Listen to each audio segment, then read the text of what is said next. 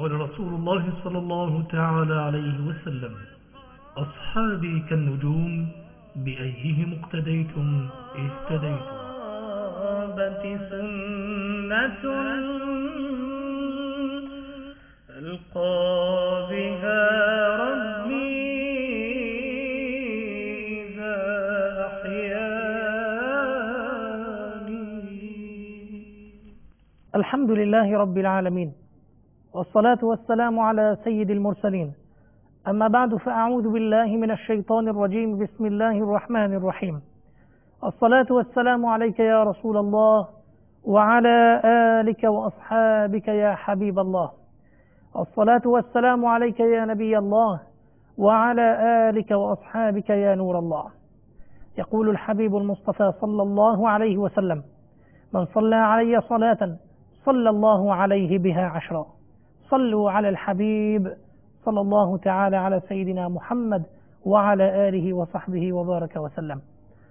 وبعد، أعزائي مشاهدي قناة مدني، أهلا ومرحبا بكم في سلسلتنا، سلسلة نجوم الهدى، التي نتحدث فيها عن صحابة الحبيب المصطفى صلوات ربي وسلامه عليه. أولئك النجوم الذين نقتدي بهم ونتخطى آثارهم في هدي المصطفى صلى الله عليه وسلم. واليوم أحبتي مع نجم جديد من هؤلاء النجوم اللامعة الساطعة. إنه رجل من أهل المدينة المنورة الذين ناصروا الحبيب المصطفى صلى الله عليه وسلم وأيدوه وآزروه واتبعوا النور الذي أنزل معه. هذا الرجل الصحابي الجليل وصفه الحبيب المصطفى صلى الله عليه وسلم بأنه أعلم أمته، أعلم رجل من أمة الحبيب المصطفى صلى الله عليه وسلم بالحلال والحرام. نعم، كان هذا وساما أعطاه إياه الحبيب المصطفى صلى الله عليه وسلم لهذا الصحابي الجليل. هذا الصحابي المدني الذي أخذ هذا الوسام إنه سيدنا معاذ بن جبل رضي الله عنه وأرضاه. هذا الصحابي الجليل الذي اشتهر اسمه كان له مواقف عظيمة، إذ كان من أعلم الصحابة بالحلال والحرام، ومنه الفقهاء أخذوا العلم وأخذوا منهم الاستنباطات من أحاديث الحبيب صلى الله عليه وسلم ومن القرآن الكريم. لما أشرقت بلاد الحجاز بنور الإسلام، كان في ذلك الوقت هذا الغلام اليافع ما زال في يثرب المدينة المنورة قبل أن تسمى بالمدينة المنورة. كان هنالك وكان يافعا صغيرا، لكنه كان يمتاز من بين أقرانه بذكائه الحاد، وأيضا سرعة النباهة التي لديه، وروعة البيان، سرعة البديهة، صفات تجعله رجلا ذكيا حاذقا. وكان إضافة إلى ذلك عنده همة عالية لا يشبع، خاصة من العلم، وهذا ما سنراه في سيرته العطرة رضي الله عنه وأرضاه. إنه معاذ بن جبل. كان فوق ذاك وسيما قسيما، تمتلئ العين لمرآه وترتاح لرؤيته، أكحل العين، جعد الشعر، براق الثنايا، يملأ عين مجتليه ويملك فؤاده. له شخصية إذا رأيته توقره وتحبه رضي الله عنه وأرضاه. سيدنا معاذ أسلم سيدنا معاذ بن جبل رضي الله عنه وأرضاه على يد الداعية الصحابي الجليل الذي ذهب يدعو في المدينة المنورة لوحده. إنه سيدنا مصعب بن عمير رضي الله عنه وأرضاه. أسلم على يده، وكان في ليلة العقبة قد شرف بامتداد يده إلى يد الحبيب المصطفى صلى الله عليه وسلم. نعم أحبتي، بيعة العقبة التي تمت في مكة المكرمة، كان سيدنا معاذ بن جبل مع النفر الذين كانوا 72 الذين قصدوا مكة المكرمة ليسعدوا بلقاء الحبيب المصطفى صلى الله عليه وسلم، ويشرفوا ببيعته ويصافح يده الشريفة صلوات ربي وسلامه عليه. وعندها يخط في كتاب التاريخ أروع صفحة وأزهاها ليكونوا من الأوائل الذين أسلموا بين يدي الحبيب المصطفى صلى الله عليه وسلم وبايعوه.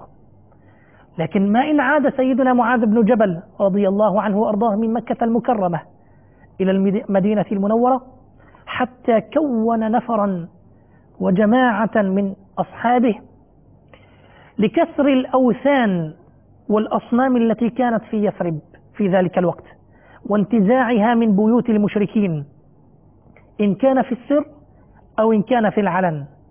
وكانت هذه الحركة لها أثر عظيم، إذ أسلم بسببها رجل من الصحابة الكبار الذين تحدثنا عنهم فيما مضى، رجل من كبار رجالات يثرب في ذلك الوقت، إنه سيدنا عمرو بن الجموح رضي الله عنه وأرضاه.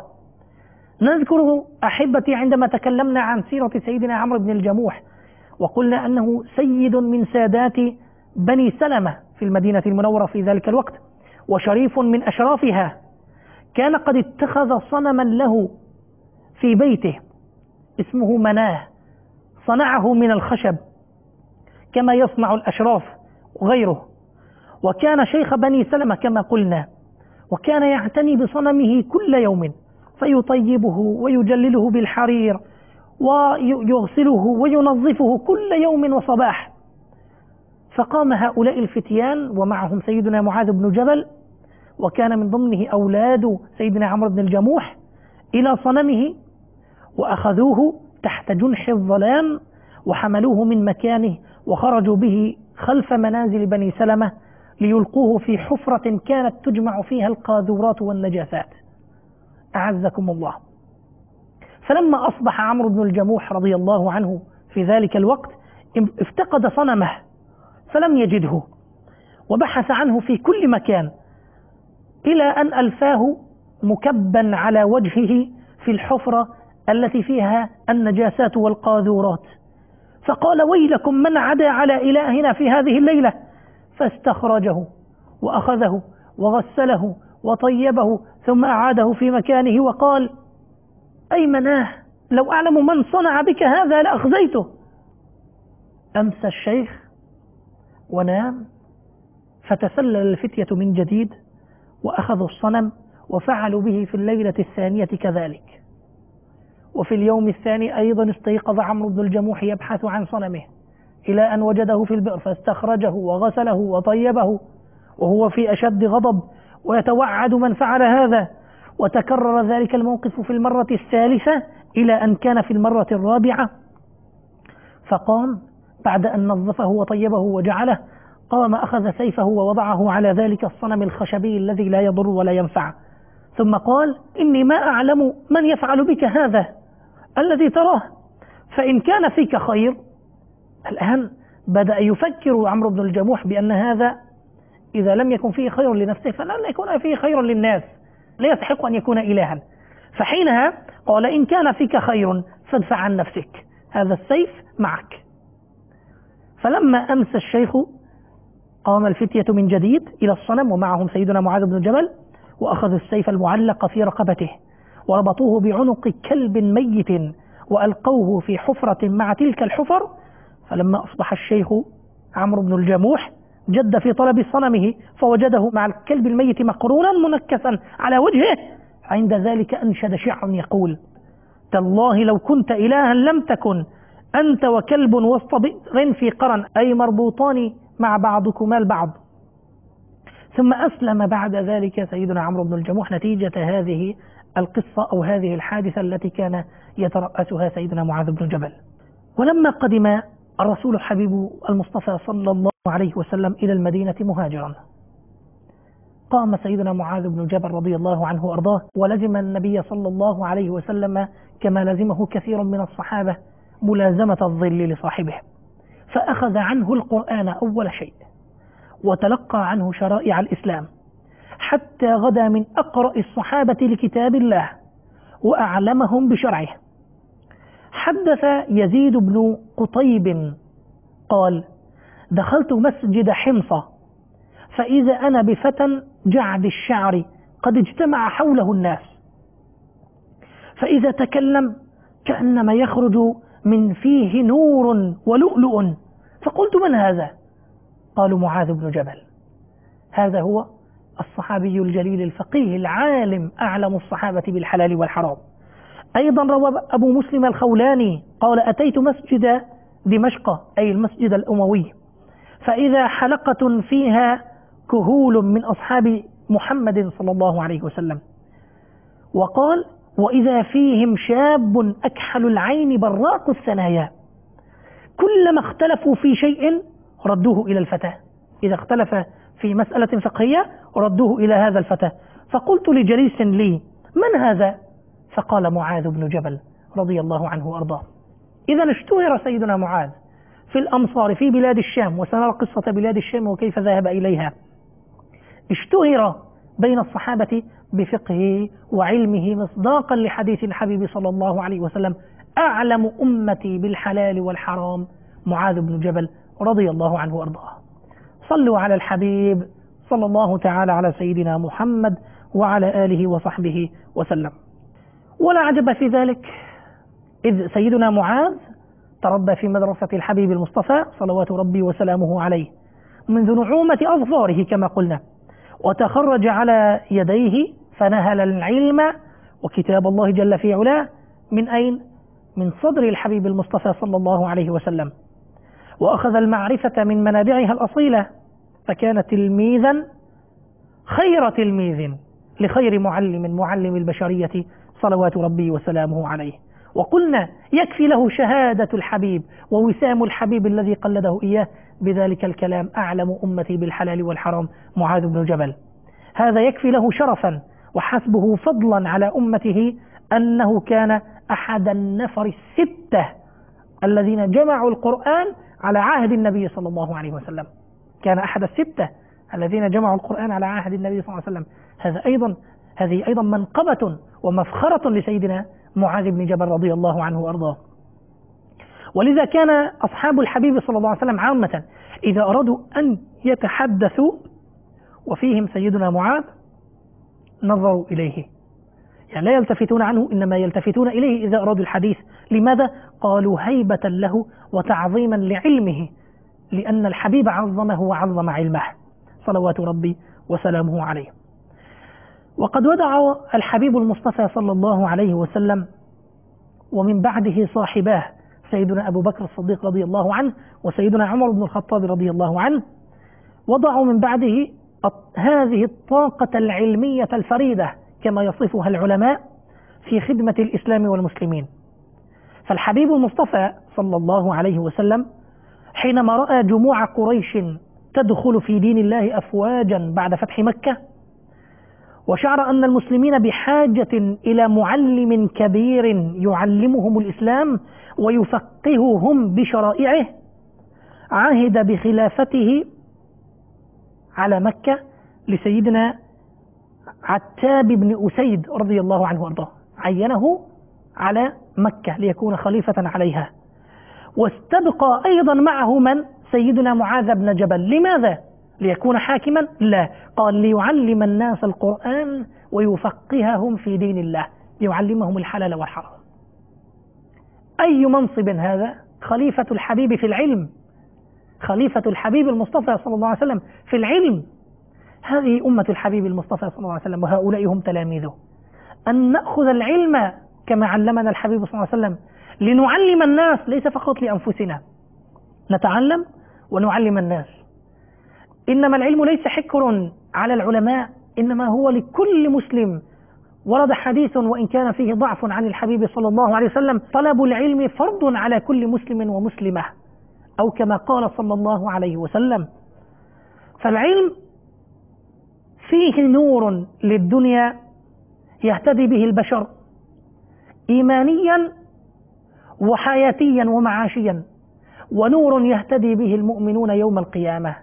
خاصة إنما نقصد بالعلم علم الشريعة الذي هو أشرف العلوم على وجه الكون أو على وجه الأرض. أشرف العلوم علم الشريعة الذي يعلمنا الحلال والحرام، الذي يعرفنا بالله سبحانه وتعالى. والعلوم الشرعية كثيرة، أولها العقيدة العقيدة الصحيحة، الإيمان بالله سبحانه وتعالى ومعرفة صفاته وأسمائه جل في علاه، ثم الإيمان برسله وصفاتهم، ثم الإيمان بالمغيبات التي أخبر بها الله سبحانه وتعالى في كتابه وأخبر بها الحبيب المصطفى صلى الله عليه وسلم. هذه اسمها العلوم الشرعية في العقيدة. ثم بعد ذلك فقه الحلال والحرام. واجب على كل مسلم أن يتعلم العقيدة في البداية، أصول العقائد، ثم بعد ذلك يتعلم الفقه في الحلال والحرام، ثم بعد ذلك يتعلم تجويد كتاب الله سبحانه وتعالى، علم التجويد، لكي يعرف كيف يقرأ القرآن. ثم بعد ذلك يطالع سنته، سنة الحبيب المصطفى صلى الله عليه وسلم، فيقرأ سيرته العطرة ليتخلق بأخلاق المصطفى امتثالا لأمر الله جل في علاه في القرآن الكريم: لقد كان لكم في رسول الله أسوة حسنة لمن كان يرجو الله واليوم الآخر وذكر الله كثيرا. ثم أيضا يتعلم تزكية النفس من خلال منهج الحبيب المصطفى صلى الله عليه وسلم، ومن خلال صحبة الصالحين العلماء العارفين بالله، لأن تزكية النفس واجبة أيضا. قال سبحانه وتعالى في القرآن الكريم بعد أعوذ بالله من الشيطان الرجيم: قد أفلح من تزكى. وفي سورة أخرى: قد أفلح من زكاها وقد خاب من دساها، أي النفس، إن النفس لأمارة بالسوء إلا ما رحم ربي. فهذه هي العلوم التي يجب أن نتعلمها من الحبيب المصطفى صلى الله عليه وسلم، ومن الصحابة الكرام رضي الله عنهم جميعا، ثم من العلماء العارفين بالله سلفنا الصالح، ومن بعدهم ومن سار على هداهم وخطاهم في منهج العلم والتربية والتزكية. صلوا على الحبيب صلى الله تعالى على سيدنا محمد وعلى آله وصحبه وسلم. فلما رأى ذلك الحبيب صلى الله عليه وسلم أن مكة بحاجة إلى عالم، حكم عليها واليا ثم حكم أيضا عالما. هذا الوالي كما قلنا هو سيدنا عتاب بن أسيد، ومعه عالم يعلم الناس إنه سيدنا معاذ بن جبل. ولما جاءت رسل ملوك اليمن إلى رسول الله صلى الله عليه وسلم تعلن إسلامها وإسلام من ورائها، وتسأله للمصطفى صلى الله عليه وسلم أن يبعث معهم من يعلم الناس دينهم. فماذا فعل الحبيب صلى الله عليه وسلم؟ انتدب لهذه المهمة نفرا من الصحابة الدعاة أصحاب العلم، وأمر عليهم سيدنا معاذ بن جبل. أمر عليهم من؟ سيدنا معاذ بن جبل، وأوصاه: يا معاذ إنك تذهب إلى أهل كتاب، فإذا وصلت إليهم فأعلمهم أن شهادة أن لا إله إلا الله وأن محمد رسول الله، فإنهم أطاعوا لذلك فأعلمهم أن الله قد افترض عليهم 5 صلوات، فإنهم أطاعوا لذلك فأعلمهم أن الله قد افترض عليهم زكاة لأموالهم، أو كما قال صلى الله عليه وسلم. أنا أتكلم بمعنى حديث المصطفى صلى الله عليه وسلم، لكن هنا فقه للدعوة علمه الحبيب صلى الله عليه وسلم أن يتلطف في الدعوة، وهذا منهج نبوي نتعلمه، وهو قاعدة يجب أن يتعلمها كل داعية يدعو إلى الله سبحانه وتعالى: التلطف في الدعوة والتدرج في الدعوة. ليس مطالب من الإنسان الغافل البعيد عن الله سبحانه وتعالى أن ينقلب تماما 180 درجة كما يقال، ويكون مباشرة في قمة الطاعة والالتزام. لا، أولا نرى قلبه ونطلع على قلبه، فندخل فيه شهادة أن لا إله إلا الله وأن سيدنا محمد رسول الله. كيف ندخل الشهادة وهو يقولها إذا كان مسلم؟ قال العلماء: لا، إنما المقصود أن ندخل في قلبه حقائق الإيمان، أن نتكلم الآن في الإيمانيات، أن نتحدث مع الغافل والعاصي والفاجر بالإيمانيات، أن نذكره بالله تعالى وبما أعد للمؤمنين وما أعد للمسيئين، نتكلم في الإيمان.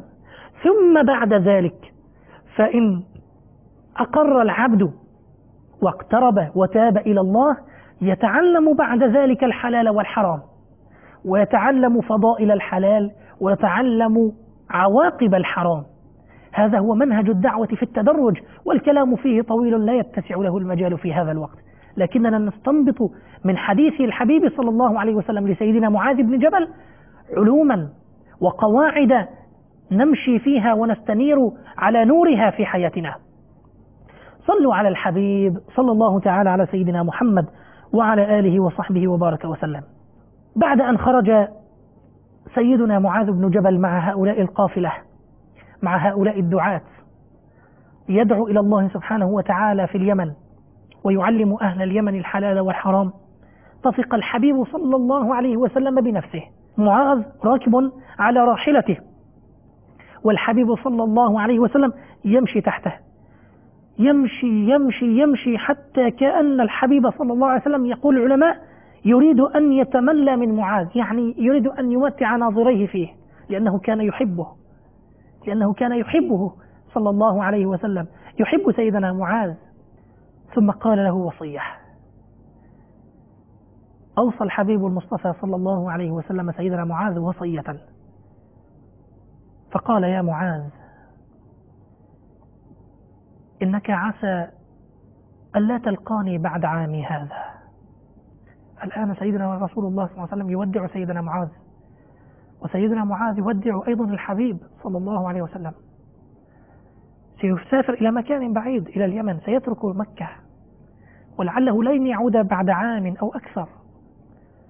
فقال الحبيب صلى الله عليه وسلم: يا معاذ، يحبه صلوات ربي وسلامه عليه: يا معاذ، إنك عسى أن لا تلقاني بعد عامي هذا، ولعلك أن تمر بمسجدي وقبري.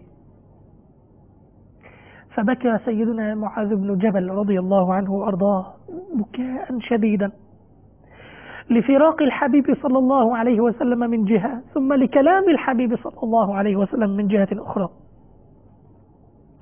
وبكى أيضا من معه، وبكى المسلمون كلهم على هذا الكلام للحبيب صلى الله عليه وسلم.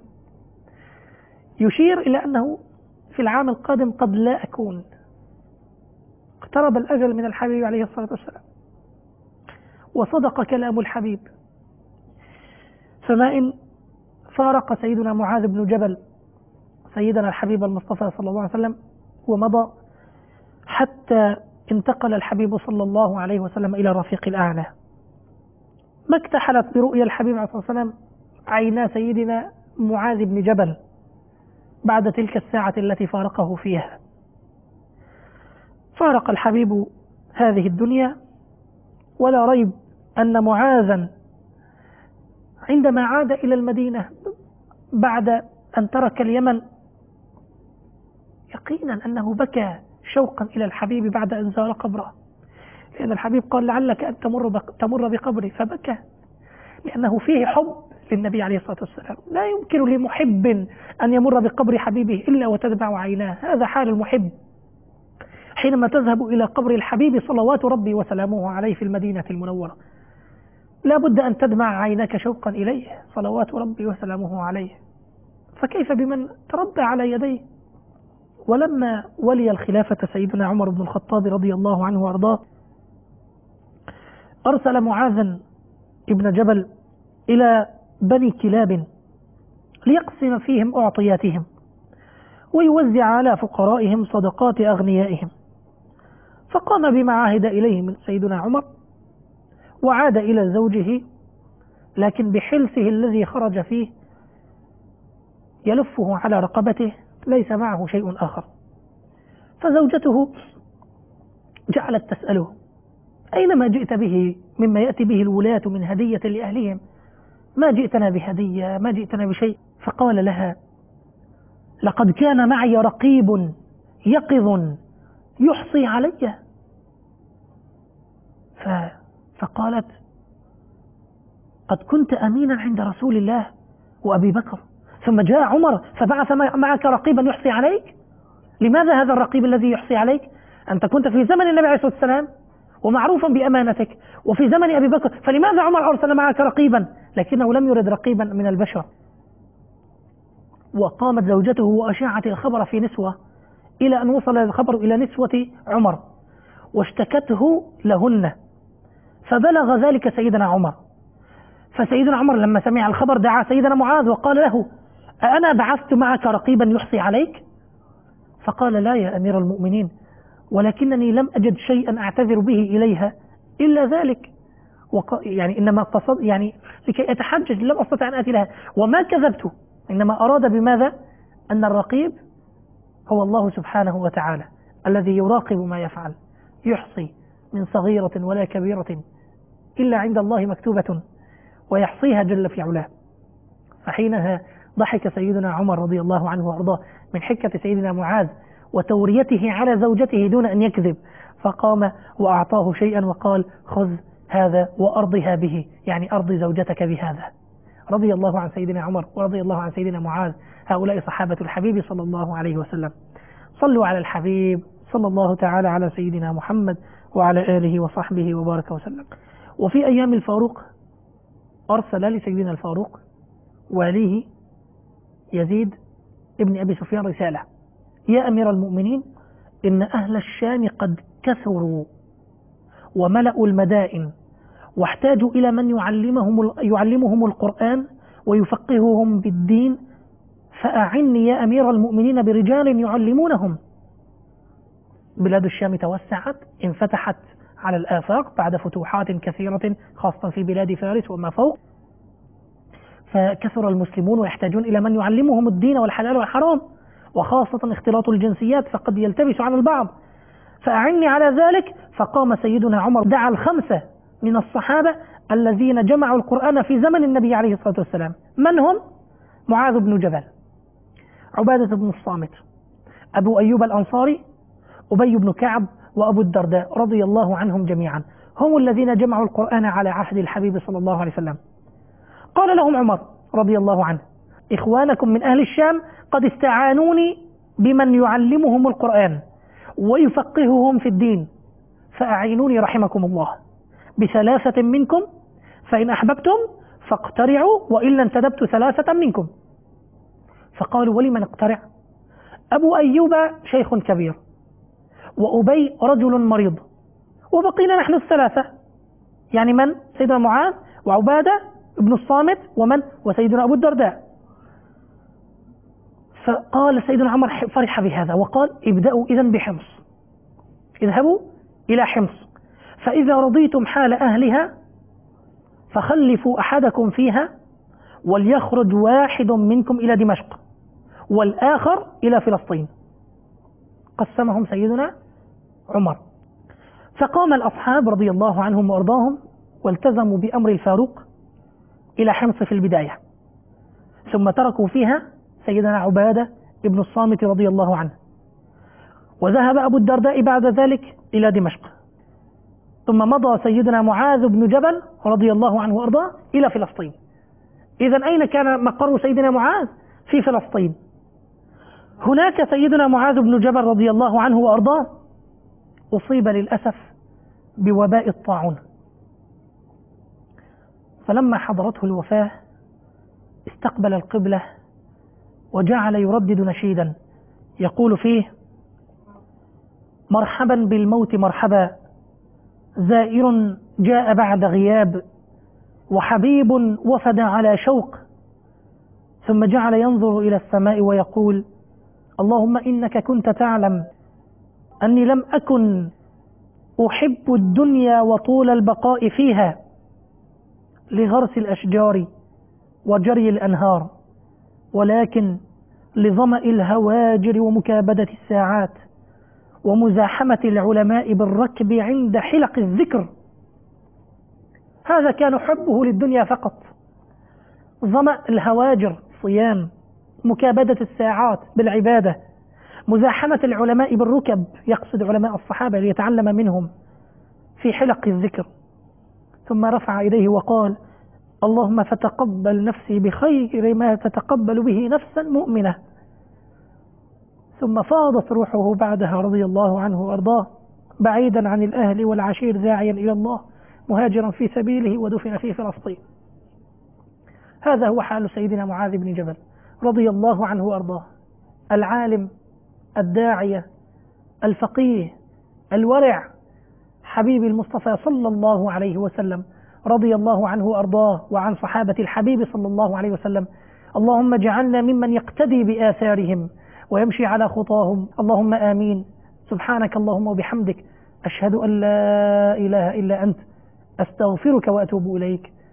صلوا على الحبيب صلى الله تعالى على سيدنا محمد وعلى آله وصحبه وبارك وسلم. قال رسول الله صلى الله تعالى عليه وسلم: أصحابي كالنجوم بأيهم اقتديتم اهتديتم. سنة ألقى بها